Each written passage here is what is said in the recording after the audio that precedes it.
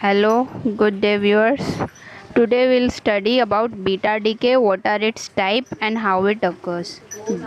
So beta decay, as the name itself suggests, that is the decay will happen by emitting beta particle. Unlike alpha decay, the alpha particle was a helium nucleus and alpha particle was emitted. But here in beta decay, beta particle will be emitted from an unstable nuclei to gain stability. Now in beta decay you will have to study three types of beta decay, that is beta positive, beta negative and K capture, that is also called as electron capture. Now first of all, what is beta particle? Beta particles are electrons or positrons that are emitted by a nucleus, that is an unstable nucleus. Unstable nucleus gives out electrons or positrons and it gains stability. Now the question that which type of decay will occur depends upon the energy available for disintegration. So let's study one by one.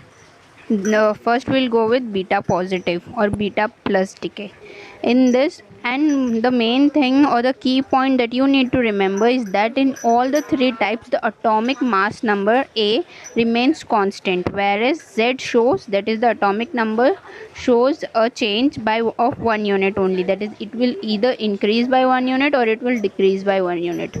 So first of all, beta positive decay, the equation that will help you in understanding it is that a proton gives out neutron plus a positron plus a neutrino. Now here the atomic number Z decreases by 1 unit and the energy that is required to for beta positive decay to happen is MAZ minus of MAZ minus 1 should be greater than 2 ME.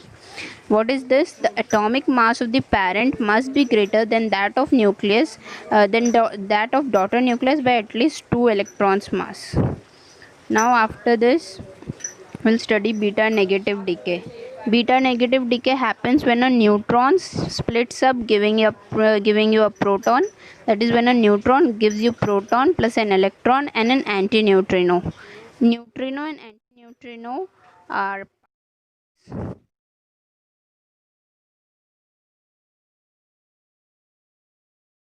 neutrino is the antiparticle of neutrino. And here also the atomic mass number remains constant.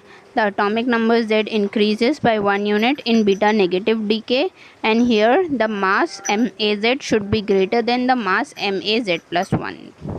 Okay, now we'll move further into K capture or electron capture. As the name itself suggests that the electron will be captured in this process.